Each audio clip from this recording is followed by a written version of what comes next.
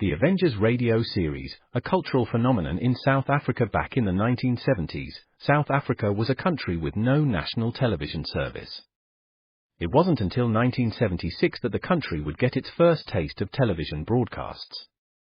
But before that, radio was the primary medium of entertainment and information for the masses. This was the context when The Avengers, a British spy-fi series, made its debut on South African radio and became a cultural phenomenon. The Avengers was a British television series that originally aired from 1961 to 1969. The show revolved around the adventures of John Steed, a suave and sophisticated secret agent, and his various female associates. The series was a unique blend of traditional spy thriller elements with science fiction and fantasy, which set it apart from other shows of its time. While the series was hugely popular in the UK and had also made a significant impact in the American markets, being one of the rare British series given a network transmission slot, it was virtually unknown in South Africa. This was primarily due to the lack of a national television service in the country until 1976. However, as a film series, The Avengers was able to gain some exposure in South Africa through film rentals. But it was the launch of the radio series that truly brought The Avengers to the masses in South Africa. Come and listen at www.myclassicradio.net. And stay tuned right now for those two characters of many characters, CBS Radio's Bob and Ray.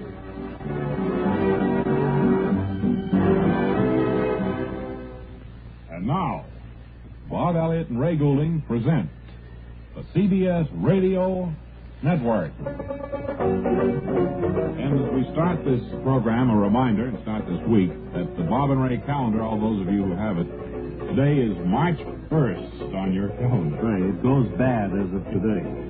Calendar's been good up to this point. It was good up through yesterday, but today it's no good. And we're going to do some things that we won't do for another 4 years today, this being the 29th of February. Well, one of those things is locking up the old doors here, which we do on the 29th of February every 4 years. So you listen today, you won't hear it again on a day other than Friday for another 4 years. How about that? No, I think first of all... Well, don't forget my big leap year party I'm having tonight. Oh, yeah. Sure to be over. Going to have a lot of the girls, you know, those ladies that I danced with. The dance group, yes. Of course, we've disbanded, but we're still keeping up socially. Well, I think it was for the best that you disbanded, but it's good you can keep together and meet each other now and then. Is Charles the poet here? Yes. All right. I wonder if we could have his music, please.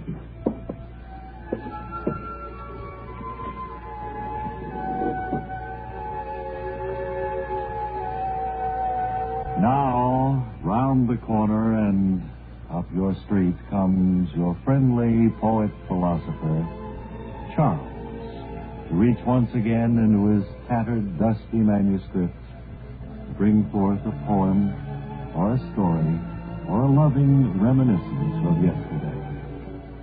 Here, then, is Charles. Hello. Can you ever forget that night when the stars lit the skies and we promised eternal love?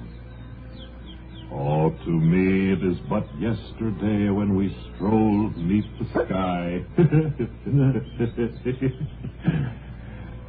To me it was but yesterday when we strolled beneath the sky.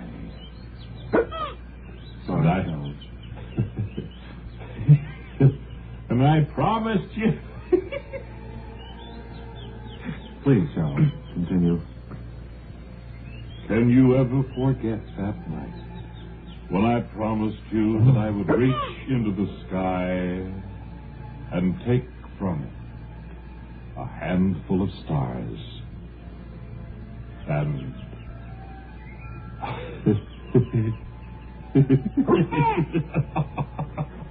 Someone get the bird out of here, please. Charles, can you continue? No. I'm sorry. Well, then it's time to say goodbye to your friendly poet-philosopher once again. Until next time he comes down the street and around your corner, Charles says, so long now.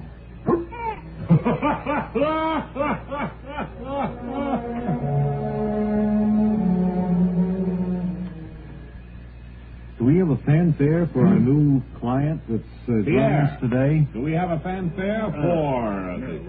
Yes, but you know, a fanfare. Try play it, will you? Please, sir. Munchy, munchy, munchy bunch of Fritos, corn chips. Well, that's very nice. Very good. Yes, sir. Thank you very much. So, everybody likes to munch while they talk or listen at parties. There's nothing that makes such good munching as Fritos corn chips. Yeah, that's right. We have a big bowl of them here on the Bob and Ray table, too, for the audience today.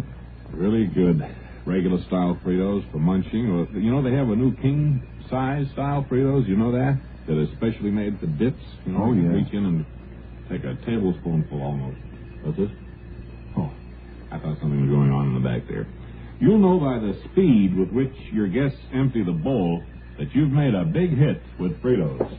Yes, Fritos have a flavor no other kind of chip can match. Crispness that makes really satisfying munching. Fritos are nutritious as they are delicious. Good for children, too, with meals or in between.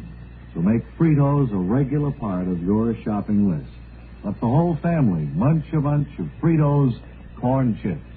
Munch, munch, munch a bunch of Fritos, corn chips. It's not polite to smack your lips, but you can't help it with Fritos corn chips. Munch, munch, munch a bunch of Fritos corn chips. F.R.I. All right, sir, wait a minute, please. I took the audience microphone. And, you Bob or Bob's substitute? No, I'm Bob today. How do you do? That was Victor Bruce. Pleasure to meet you. Sir, I wonder if you'd like to play our little game of spelling. We frequently like to give out prizes and see how good people are at spelling. And our word today, in honor of the fact that Fritos are with us, is, strangely enough, Fritos. Would you like to take a whack at spelling? My name? Yes. Johnny Dollar. All right, John, if you just spell it right into this microphone, please. Fritos, F-R-I-T-O-M. No, sir. Your first try was wrong. As you know by the rules, you have 3 chances. Would you like to try again? Capital F-R-I-T-O-M. No, that's 2 down and 1 to go. Try it again. Is it near the beginning or near the end? No, it's near the end. You're almost. Capital F-R-I-T-O... Yes. L. No, I'm sorry, but as you know by the rules, you have 3 chances, 3 times to spell it. Now, you've gone through the first group of 3. You want to start again. No, I quit. You don't want to go to round 2. Could I have some more of those? You can have some. Size? I'll spell it for you. F-R-I-T-O... W. Very good at it either. S. Thank you, audience. Wonderfully augmented audience. One of the best augmented audiences we've had. Hey, Bob. Yeah. Would you help me with this door? The elevator over here has been stuck. I noticed that when we came up today, yeah. It's been stuck on this floor, which is the 5th, for those of you who are not familiar with the building, or for those of you who are familiar with the building. It's been stuck here on the 5th floor for, about 6 hours. So will you help me open it? Yeah.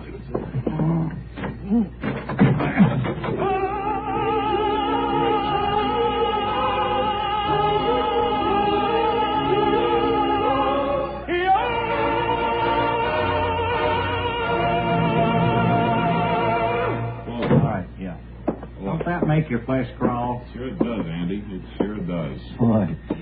I don't know who those people are in there. They may be in there for 6 hours. They'll be in there all night as far as I'm concerned. Some note, too. What note is that? That nice one you're note. handing me there? No, the note the fellow hid in. Oh, yeah. What's next on tonight's feature? I lost my lineup sheet just before we took to the air. I was going to hold up the show, as a matter of fact. Well, I wanted to remind you again to be sure and come to my Valentine's You party. did remind us. I checked that off on the list. You know where it is, and... I think we have the address in the office, don't we? All right. Are you going to run for Congress again this year like you did last? That's a question a great many people ask me. I think it was 2 years ago when I ran. It was 2 years ago, yeah.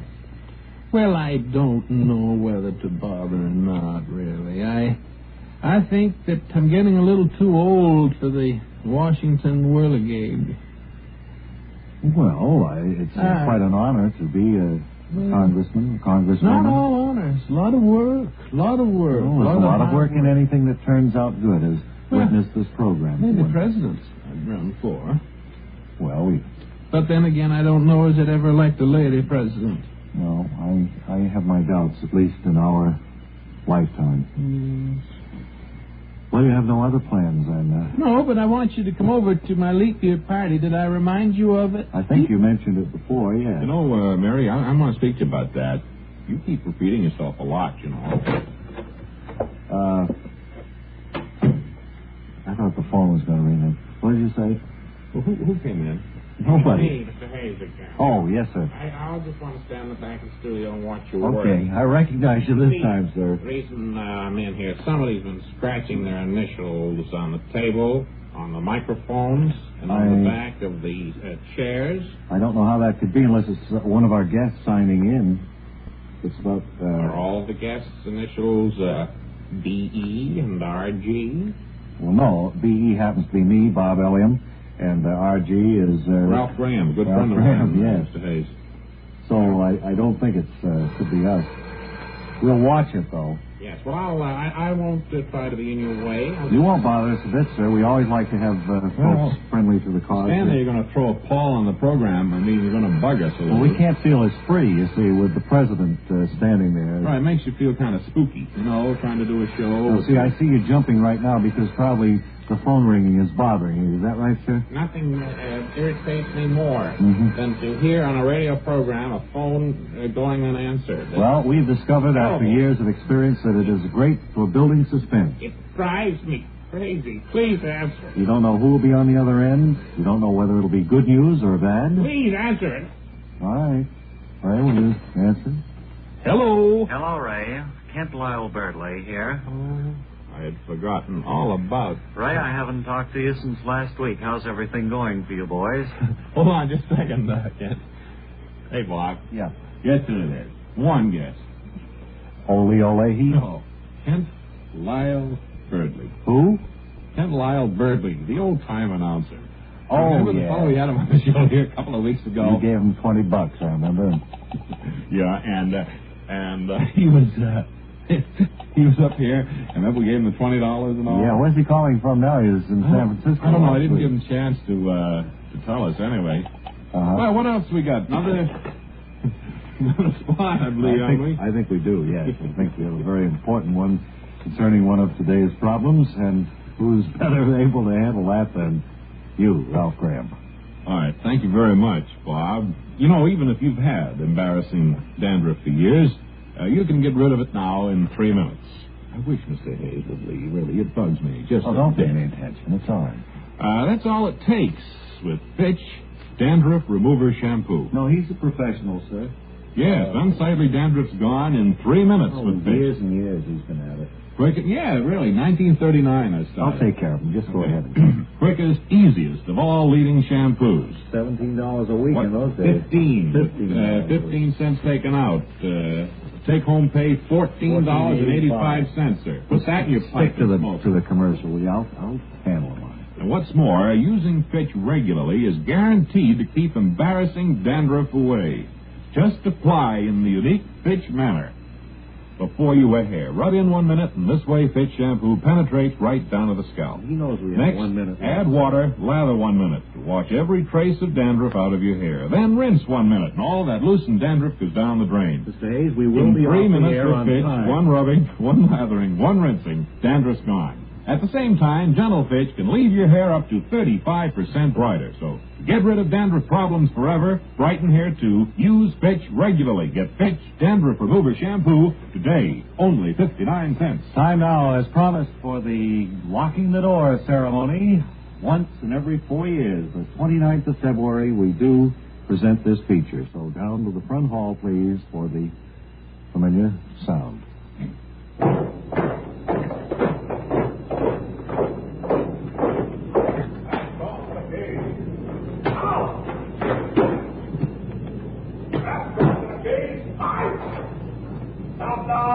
Hey! That's off for the cave! Jump! That's off the cave! That's it. The network is closed for another day and for another 4 years. And we'll have something else to say in just 10 seconds.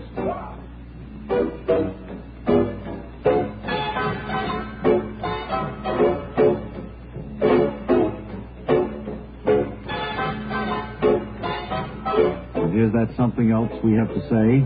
So long, dear friends. We'll see you all tomorrow. Until then, Ray Goulding reminding you to write if you get work. Bob Elliott reminding you to hang by your thumbs. Bob and Ray are heard frequently on the CBS Radio Network. KCBS AM/FM San Francisco. AM/FM San Francisco.